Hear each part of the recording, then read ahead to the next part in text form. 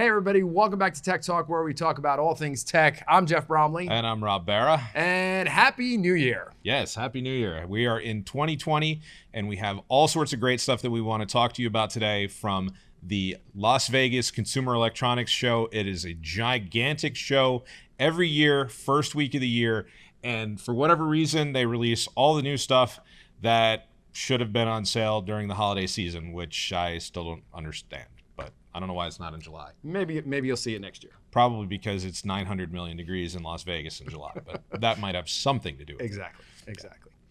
So one of the things that's near and dear to our heart is Amazon, and more specifically their Alexa platform. The Alexa platform since last year has more than doubled to 200 million devices, which is a big deal. It's crazy. It is 100 million devices in a year sold. I mean, that is just insane. Yeah, and they're trying to integrate, or not trying, they're going to be integrating Alexa into everything from the gas pump to Lamborghinis are going to have them in there to help you change the heat. I saw a new shower head that's going to have an Alexa speaker. Shower head? Yeah, it's a shower head. So I think it's Kohler's making it. It's a Okay. Bluetooth shower head that uses magnets to mount inside of the shower head. It's pretty cool. That was one thing I saw that I thought was interesting. Okay. I also want to thank the folks at Segway for bringing us a little bit closer to the dystopian future that was foreseen by the Pixar movie WALL-E. They released a terrifying hover seat, much like the one in that movie. If you haven't seen it, you should. If you haven't seen the Segway thing, yeah.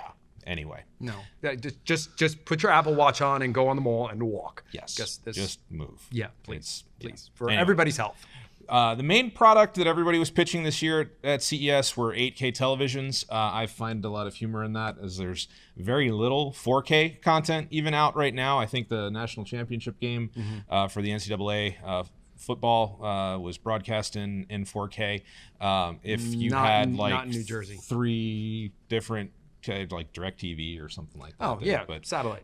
Satellite did it. But other than that, I mean, unless you're streaming, 4K content is very, very hard to come by. That might be the resurgence of how satellite comes to start winning again. No, they're done. Streaming. It's all going to be streaming. Yeah.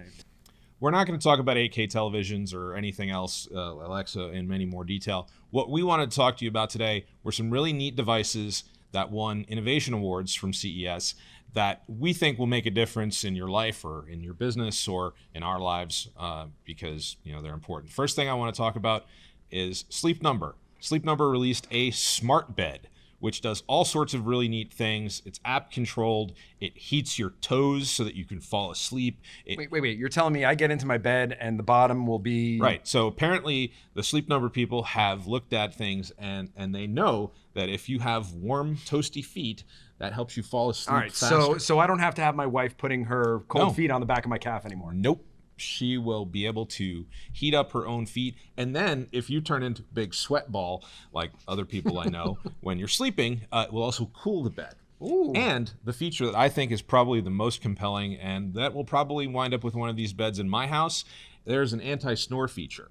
So if the person that you're sleeping, shake you? No, it gently. Now you have to open the app, which is kind of silly because hey, it's 2:00 in the morning. Let me pull out my phone and then But there's a snore mode which will gently elevate the head of the person. Just keep snoring rotating until they slide out of bed. No, so that it opens up their airway a little bit. If your spouse sleeps with earplugs on or other manner of anti-snoring devices, like some people I know, this might be of interest to you. Interesting.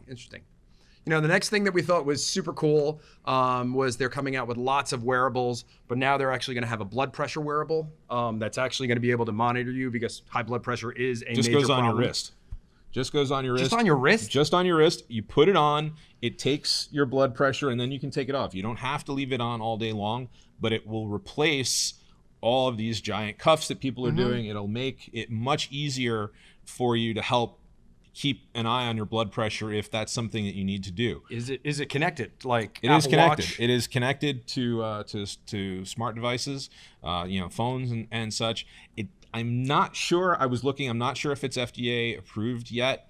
You can buy it and have it sent. It's made by a Korean company, but you can buy it and have it sent to the United States. That's pretty wild. And it's really not that expensive, believe it or not. It's only a couple $100. So this has an opportunity to really revolutionize mobile blood pressure for things, for people screening, rather than having that big giant cuff that's kind of cumbersome. My mom's got one. She does the whole thing herself, which is completely convoluted. But. Yeah, no, and again, if with the connectivity that's possible, you could link it up with your caretakers, your doctor, etc. Yeah, it's really cool stuff. Everybody. Yeah, that's wild. So the next thing we wanted to talk about is a really neat device from a company called NextMind. They are developing a brain sensing VR controller. Wait. Brain sensing. So it's a device you put on your head, and apparently somehow. So is it like a lot of electrodes? No, it just looked like a little sort of. So there's a dome hat thing. Okay. I don't know. It's neat. There's a little thing in the back. I don't know. I'm not sure exactly how it works, and they didn't really go into too many details. But apparently, it can determine what you're looking at inside of the virtual reality environment, and it can take action based on what those those brain waves are saying. All right, so you've got the VR goggles on. Right, this thing's on your head. This thing's on your head. Yep. And now it's knowing what I'm thinking. It knows what you're looking at. Oh, it knows what I'm looking at. It knows what you're looking at, and maybe can detect other things. I don't know. I mean, it looks like really interesting technology. I'm very excited about what is going to be possible in the future with technology like this. Imagine like playing a VR video game and it knows that you're scared, and it makes the game either more scary or less scary based on what it's detecting about your brainwaves. That would just be wild. I don't want developers to know what I'm thinking, and if I'm scared. Yeah, but if they're making a scary game, wouldn't you want them to know? Yeah. So anyway, we're going to put all the links for all of these things that we've talked about today down below.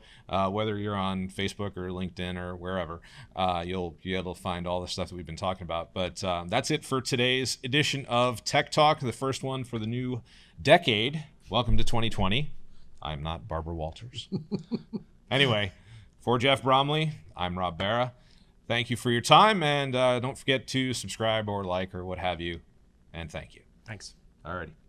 See you.